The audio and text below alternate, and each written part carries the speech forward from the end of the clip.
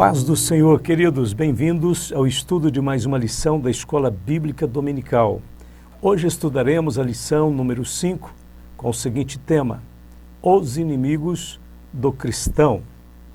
Nesta lição veremos os três principais inimigos do cristão: o diabo, a carne e o mundo. A epístola de Tiago trata de cada um desses opositores. Tiago começa com a natureza pecaminosa. Ninguém sendo tentado diga de Deus sou tentado, porque Deus não pode ser tentado pelo mal e a ninguém tenta, mas cada um é tentado quando atraído e engodado pela sua própria concupiscência. Depois, havendo a concupiscência concebida, dá à luz o pecado, e o pecado sendo consumado gera morte. Não erreis, meus amados irmãos. Tiago 1, 13 a 16. Depois Tiago segue com o mundo. Adúlteros e adúlteras, não sabeis vós que a amizade do mundo é inimizade contra Deus? Portanto, qualquer que quiser ser amigo do mundo, constitui-se inimigo de Deus. Ou cuidais vós que em vão diz a Escritura: o Espírito que em nós habita tem ciúmes. Tiago 4, versos 4 e 5. E por fim, Tiago conclui mencionando Satanás. Sujeitai-vos, pois, a Deus, resisti ao diabo, e ele fugirá de vós. Tiago 4, 7. Ao decorrer das Escrituras, vamos ver estes inimigos sendo mencionados por várias vezes. Ponto de número 1, o primeiro inimigo do cristão, o diabo. O diabo é real? O apóstolo Pedro resume bem a nossa posição com relação ao diabo. Ele diz: sede sóbrios, vigiai, porque o diabo, vosso adversário, anda em derredor, bramando como leão, buscando a quem possa tragar, ao qual resistir firmes na fé. 1 Pedro 5, versos 8 e 9. Os destinatários da carta de Pedro não precisavam receber nenhum estudo bíblico para compreenderem que o diabo era real. Eles o conheciam na prática da vida cristã. As perseguições que aconteciam naqueles dias eram movidas pelo diabo. Havia uma forte oposição à fé cristã e muitos irmãos eram maltratados e presos injustamente. Dentro desse contexto foi que Pedro escreveu a sua epístola. Ele dá várias instruções a fim de ajudar os irmãos a vencerem o maligno. Pedro aponta 4 atitudes necessárias nesta batalha. Primeiro, a atitude da humildade. Humilhai-vos, pois, debaixo da potente mão de Deus, para que a seu tempo vos exalte. 1 Pedro 5, 6. Deus odeia o pecado da soberba e da autossuficiência. Foi o orgulho que transformou Lúcifer em Satanás. O único antídoto para o orgulho é o reconhecimento de que somente Deus tem a palavra final em todos os assuntos. A sujeição a Deus é um ato de fé e de obediência. Confiamos que Deus dirige a nossa vida e realiza os seus propósitos no tempo certo. Deus nunca exalta uma pessoa até que ela esteja pronta para isso. Primeiro a cruz, depois a coroa. Primeiro o sofrimento, depois a glória.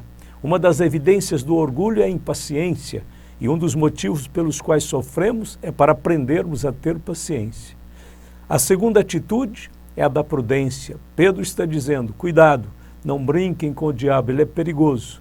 Não se pode brincar com uma serpente venenosa. Ele tem grande poder e inteligência e uma hoste imensa de demônios para ajudá-lo a espalhar o mal.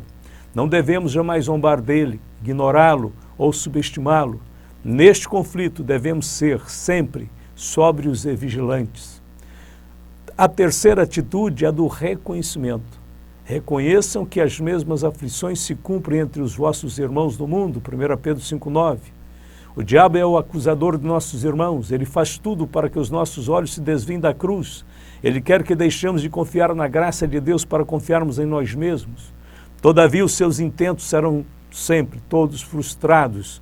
A Bíblia diz: e ouvi uma grande voz no céu que dizia: agora chegada está a salvação, e a força e o reino do nosso Deus, e o poder do seu Cristo, porque já o acusador de nossos irmãos é derribado, o qual diante do nosso Deus os acusava de dia e de noite. E eles o venceram pelo sangue do Cordeiro, e pela palavra do seu testemunho, e não amaram a sua vida até a morte. A quarta atitude é a da resistência, ao qual resistir firmes na fé. 2 Pedro 5, 1 Pedro, capítulo 5, verso 9.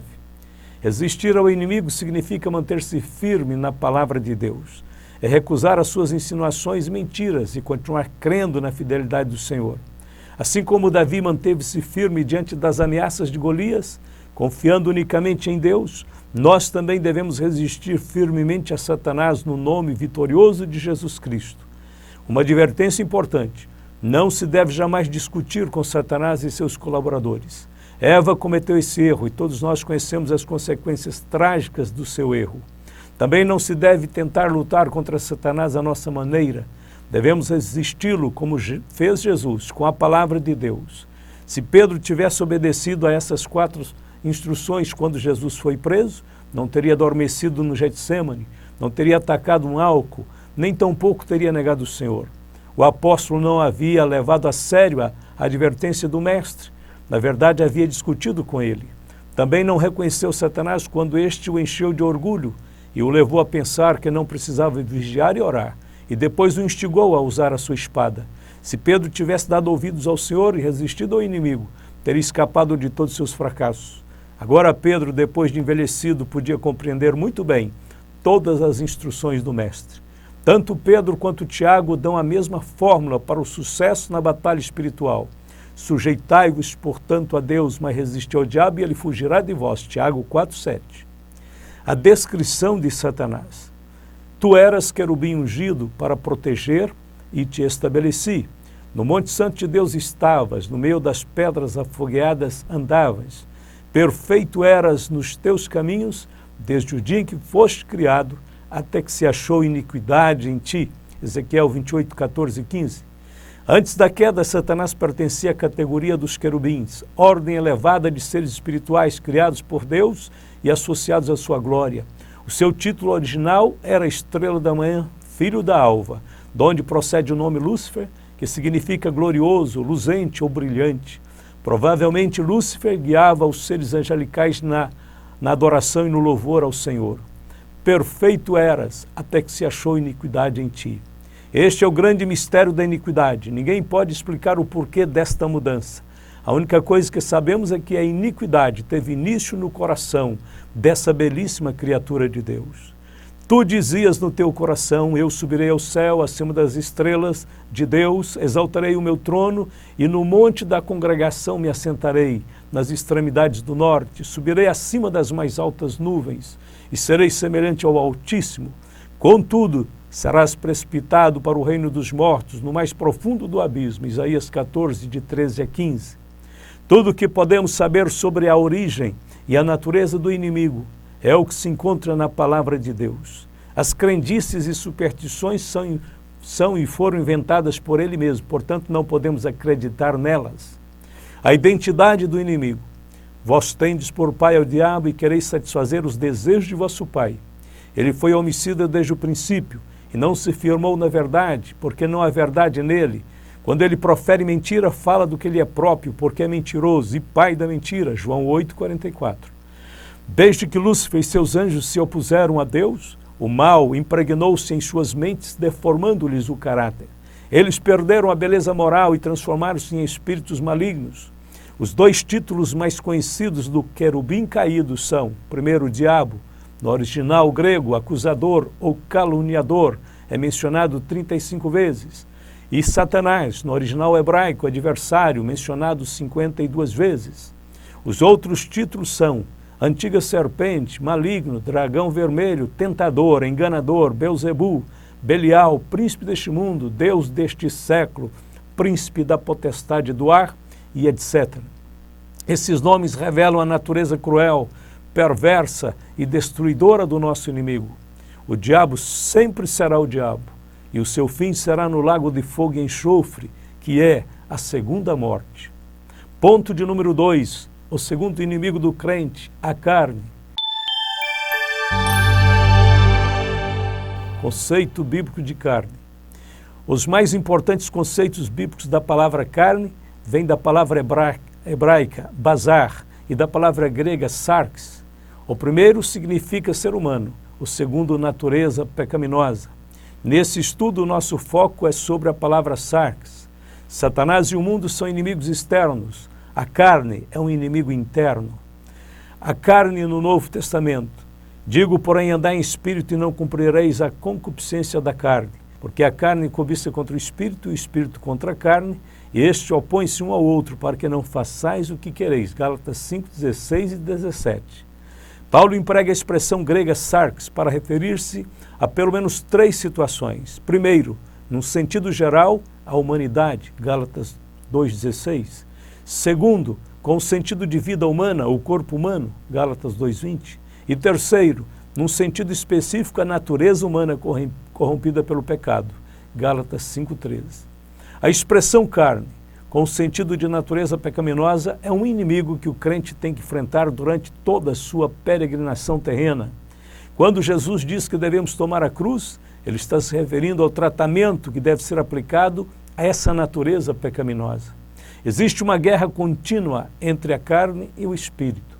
Na carne reside toda a fraqueza e toda a rebelião. O pecado, Satanás e a morte operam por meio da carne. Como a carne não aceita o processo da conversão, devemos declarar guerra contra ela, levando-a à cruz todos os dias. Grandes homens de Deus foram tentados pela concupiscência da carne e muitos caíram. Moisés fracassou por causa da ira e perdeu o privilégio de entrar na terra prometida. Sansão fracassou por causa da sensualidade, perdendo a força do Espírito Santo. Seus 2 olhos foram furados, tornou-se prisioneiro de seus inimigos e acabou morrendo prematuramente.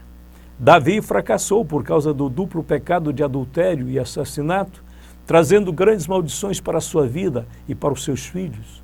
Não podemos fazer nenhuma concessão à carne. Devemos opor a natureza que herdamos de Adão. Devemos declarar guerra contra os desejos impuros da velha natureza, porque a inclinação da carne é morte, mas a inclinação do espírito é vida e paz. Romanos 8,6. Às vezes pensamos que existe algo bom na carne. Por exemplo, o conhecimento, a moral elevada, as boas intenções. Paulo, porém, ensinou, porque eu sei que em mim, isto é, na minha carne, não habita bem algum, e com efeito o querer está em mim, mas não consigo realizar o bem. Romanos 7, 18. Nada em nossa carne agrada a Deus. A carne sabe cantar bonito, sabe pregar com eloquência, sabe dar ofertas, sabe fazer muitas outras coisas, mas ela nunca está disposta a honrar a Cristo com a sua obediência incondicional. A única coisa boa em nós é Cristo. A perspectiva doutrinária da palavra carne. Como é que a carne se manifesta nos seres humanos? A Bíblia responde a essa questão da seguinte forma: porque as obras da carne são manifestas, as quais são adultério, prostituição, impureza, lascívia, idolatria, feitiçaria, inimizades, porfias, emulações, iras, pelejas, dissensões, heresias, invejas, homicídios, bebedices, glutonarias e coisas semelhantes a estas, acerca das quais vos declaro, como já antes vos disse, que os que cometem tais coisas não herdarão o reino de Deus. Gálatas 5, 19 a 21. Quando Paulo descreve as 2 forças conflitivas dentro de nós, ele não quer que pensemos que se trata de 2 poderes equivalentes em força e poder. De modo algum, o Espírito Santo é infinitamente mais forte que o poder do pecado. Se compreendermos isso, não será difícil vencermos as fraquezas e as tentações. Um crente guiado pelo Espírito Santo jamais será surpreendido por Satanás ou pela carne.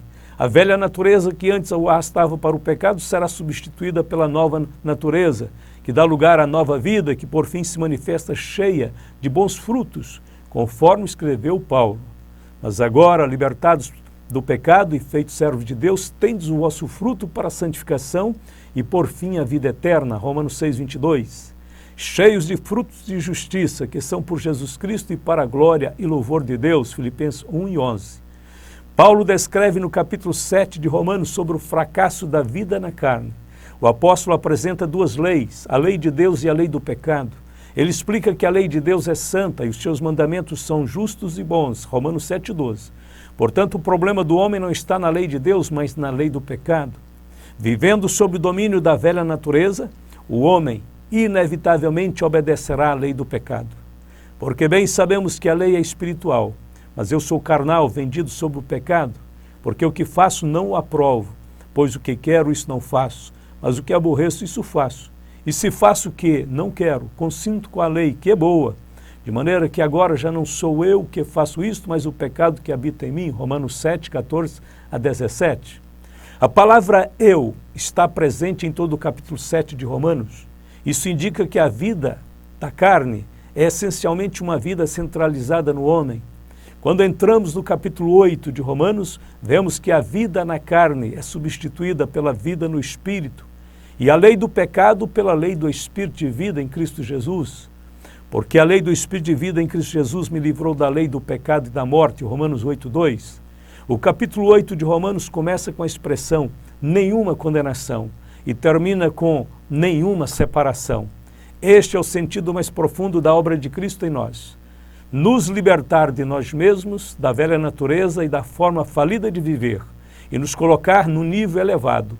A Bíblia fornece um plano de 3 passos para vencermos a natureza pecaminosa. O primeiro passo consiste no reconhecimento desta natureza. A Bíblia diz que todos os seres humanos já entram no mundo com um relacionamento quebrado com Deus. Se tu, senhores, observares as iniquidades, Senhor, quem subsistirá? Salmo 130, verso 3. Se dissermos que não temos pecado nenhum, enganamo-nos a nós mesmos e a verdade não está em nós. Se dissermos que não temos cometido pecado, fazemo-lo mentiroso e a sua palavra não está em nós. 1 João 1, 8 e 10. O segundo passo consiste em nossa identificação com Cristo na cruz. A pessoa que deseja viver para Deus deve se considerar morta para o pecado. Assim também vós considerai-vos como mortos para o pecado, mas vivos para Deus em Cristo Jesus. Romanos 6:11. Paulo sabia disto e por isso Paulo entendeu perfeitamente a identificação com Cristo, dizendo: já estou crucificado com Cristo e vivo não mais eu, mas Cristo vive em mim, e a vida que agora vivo na carne, vivo na fé do Filho de Deus, o qual me amou e se entregou a si mesmo por mim, Gálatas 2:20. O terceiro passo consiste em andar em espírito. Na Bíblia, o verbo andar tem o sentido figurado de viver, experimentar, praticar e conduzir na vida espiritual. Por isso Paulo escreve: digo, porém, andar em espírito, e não cumprireis a concupiscência da carne, Gálatas 5:16. Andar em espírito, a palavra espírito com E maiúsculo tem um significado espiritual muito elevado e profundo. Significa ter uma vida cristã subordinada à direção do Espírito Santo, pautada nos ditames da palavra de Deus. Isso significa ter uma vida espiritualmente avivada. Quando as pessoas aceitam a Cristo como Salvador, elas precisam aprender a cultivar um relacionamento espiritual e perseverante com Deus. Para o crente andar em espírito, ele precisa ter o Espírito Santo dentro dele. Precisa ser guiado pelo Espírito, ser cheio do Espírito Santo. As experiências carismáticas são de grande importância, porém nenhuma delas substitui o andar em espírito. Muitos se contentam em falar em línguas ou com as manifestações de algum outro dom, mas ainda não aprenderam como andar em espírito. A incapacidade de reconhecer a obra do Espírito Santo em nosso caráter pode nos privar de seu trabalho mais profundo em nosso homem interior. Em muitos casos, o Espírito Santo está amortecido dentro de nós. Raramente o reconhecemos e nunca o consultamos. Consequentemente, não somos guiados por ele. Não tomamos conhecimento de sua obra e de seu ministério dentro de nós. Não conversamos com o Espírito Santo e não temos consciência de sua habitação em nós. O Espírito Santo fala, mas não prestamos atenção em sua voz. O Espírito Santo entristece quando deixamos de reconhecê-lo diariamente em nossas vidas. Não podemos deixá-lo num canto isolado da nossa mente ou do nosso coração. Precisamos reconhecer a sua voz em nosso homem interior. Ele é o único agente divino que nos ajuda a vencer as inclinações da carne. Andar em espírito é o mesmo que ouvir a sua voz e seguir as suas orientações. Mas quando vier aquele Espírito da verdade, ele vos guiará em toda a verdade, porque não falará de si mesmo, mas dirá tudo o que tiver ouvido e vos anunciará o que há de vir. João 16, verso 13. Ponto de número 3. O terceiro inimigo do cristão, o mundo. Perspectivas bíblicas da palavra mundo. A palavra mundo é empregada com vários sentidos na Bíblia. Porém, de um ponto de vista específico, somente 3 sentidos nos interessam. São eles: Primeiro, o mundo referindo-se ao planeta Terra. O Deus que fez o mundo e tudo que nele há, sendo o Senhor do céu e da terra, não habita em templos feitos por mãos de homens, Atos 17, 24. Segundo, a palavra mundo, referindo-se aos seres humanos. Como nós lemos, porque Deus amou o mundo de tal maneira que deu seu Filho unigênito para que todo aquele que nele crê não pereça, mas tenha a vida eterna, João 3,16. E por fim, a palavra mundo, referindo-se ao sistema interrelacionado do mal que governa a sociedade. Sabemos que somos de Deus e que todo mundo está no maligno, 1 João 5,19. Nos três casos, a palavra grega empregada para mundo é cosmos. O sentido de cada uma é determinado pelo contexto. É nesse terceiro sentido que mundo constitui-se num grande inimigo do cristão. Este sistema começou no Jardim do Éden, quando o homem rejeitou a vontade de Deus e seguiu a sua própria vontade, dando ouvidos às sugestões de Satanás. Deus lhe havia dado autoridade sobre o planeta Terra, incluindo suas criaturas e seus elementos. Deu-lhe também uma ordem para provar a sua obediência e sujeição. Ao desobedecer a Deus e seguir a Satanás, o homem cometeu dois grandes erros. Primeiro, transferiu a autoridade do planeta Terra para Satanás. Segundo, transferiu-se a si mesmo, do domínio de Deus para o reino de Satanás. Assim surgiu o sistema organizado do mal, disposto a funcionar sem Deus. 3 níveis de vícios infames. Está escrito, porque tudo o que há no mundo, a concupiscência da carne, a concupiscência dos olhos e a soberba da vida, não é do Pai, mas do mundo. 1 João 2,16. A concupiscência da carne diz respeito à velha natureza, herdada dos nossos pais e que é completamente dominada pelo pecado.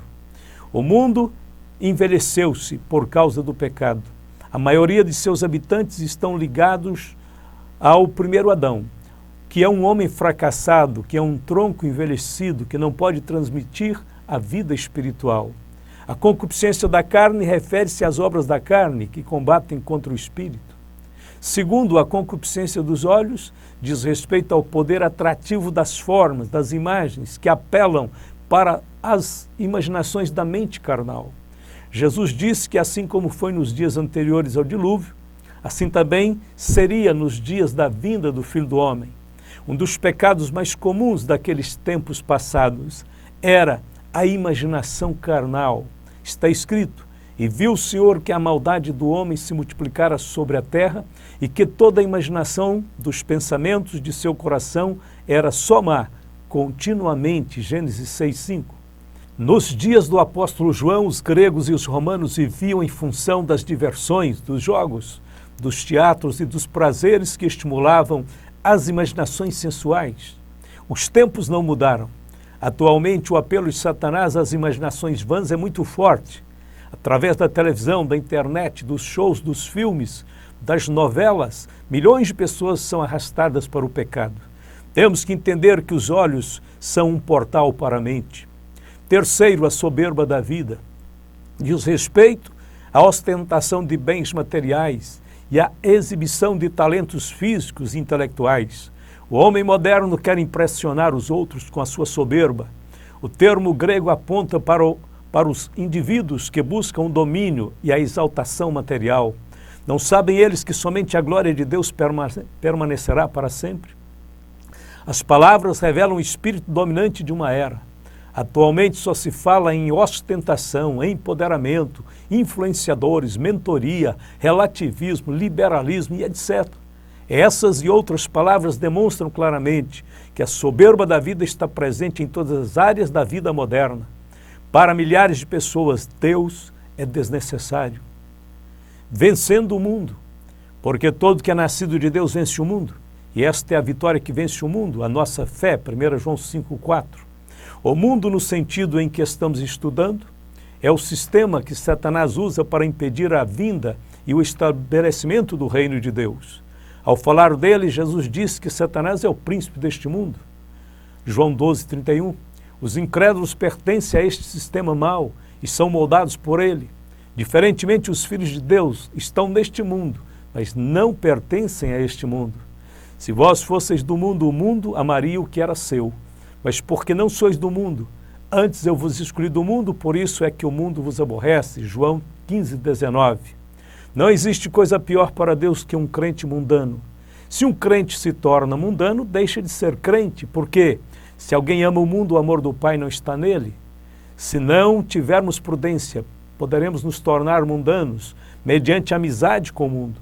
Nossas roupas se mancham pelo contato. Vivemos em um mundo contaminador. Jesus disse: não peço que os tires do mundo, mas que os livres do mal. Não são do mundo, como eu do mundo não sou. Santifica-os na verdade, a tua palavra é verdade. João 17:15-17. Este poder santificador de Deus só nos protegerá dentro dos limites necessários que precisamos ter com este mundo, mas não irá além disso, nem um centímetro. No instante em que o crente ultrapassa a linha divisória, ele não contará mais com a presença preservadora de Deus, perderá essa graça purificadora e estabelecerá um contato perversivo com o mundo. Adúlteros e adúlteras, não sabeis vós que a amizade do mundo é inimizade contra Deus? Portanto, qualquer que quiser ser amigo do mundo, constitui-se inimigo de Deus. Tiago 4:4. Precisamos rejeitar não apenas as coisas deste mundo, como bebidas, cigarros, cinema, clubes, roupas sensuais, mas também o espírito deste mundo. Mas nós não recebemos o espírito do mundo, mas o espírito que provém de Deus, para que pudéssemos conhecer o que nos é dado gratuitamente por Deus. 1 Coríntios 2:12. Uma coisa não pode penetrar no coração, mas um espírito pode. O mundanismo reside primeiramente no coração. Somente depois manifesta-se em nossos motivos, intenções, propósitos e decisões. Portanto, para vencermos o mundo, temos que, primeiramente, vencer o espírito do mundo. Filhinhos, sois de Deus, e já os tendes vencido, porque maior é o que está em vós do que o que está no mundo. Do mundo são, por isso falam do mundo, e o mundo os ouve. Nós somos de Deus. Aquele que conhece a Deus, ouve-nos. Aquele que não é de Deus, não nos ouve. Nisto conhecemos nós o espírito da verdade e o espírito do erro. 1 João capítulo 4, versos de 4-6. Segundo, não podemos nos conformar com este mundo. E não vos conformeis com este mundo, mas transformai-vos pela renovação do vosso entendimento, para que experimenteis qual seja a boa, agradável e perfeita vontade de Deus. Romanos 12, verso 2. É importante observar que nenhum cristão se torna mundano de repente. O mundanismo infiltra-se aos poucos na vida do cristão. É um processo gradativo, portanto, é melhor reagirmos antes que o mundo nos tente colocar em sua forma. Terceiro, temos que viver diferentes do mundo. Tende cuidado para que ninguém vos faça presa sua, por meio de filosofias e vãs sutilezas, segundo a tradição dos homens, segundo os rudimentos do mundo, e não segundo Cristo, Colossenses 2:8. Se, pois, estáis mortos com Cristo, quanto aos rudimentos do mundo, porque vos carregam ainda de ordenanças, como se vivesseis no mundo, Colossenses 2:20. Os passos desse declínio e suas consequências podem ser ilustrados através da experiência de Ló. Primeiro, Ló olhou na direção de Sodoma, então armou sua tenda voltada para Sodoma, nas planícies férteis do rio Jordão. Em seguida, se mudou para Sodoma. Quando a cidade foi capturada pelo inimigo, Ló também foi levado cativo. Ele cria em Deus, mas teve de sofrer com os pecadores incrédulos daquela cidade perversa. E quando Deus destruiu Sodoma, tudo aquilo a que Ló havia dedicado a sua vida, virou fumaça, cinzas. Ló foi salvo como que pelo fogo, mas com certeza perdeu a recompensa eterna, o galardão. Portanto, João estava certo em dizer: não ameis o mundo. Vamos para a conclusão desta lição. Aprendemos que o diabo, a carne e o mundo são inimigos que nos afrontam durante a nossa jornada para o céu. Temos que terminar essa aula com a plena consciência de que os nossos inimigos são reais e perigosos. Quantas ciladas eles já armaram para nós? Quantas tentações investidas e ataques já foram feitas contra as nossas almas. Não sabemos, muitas vezes Deus nem permite que vejamos o que está acontecendo ao nosso redor no mundo espiritual. Mas com certeza muitos são os livramentos de nosso Deus. De uma coisa podemos ter a certeza: muitas são as aflições do justo, mas o Senhor o livra de todas. Ele lhe guarda todos os seus ossos, nem sequer um deles se quebra. Salmo 34, 19 e 20.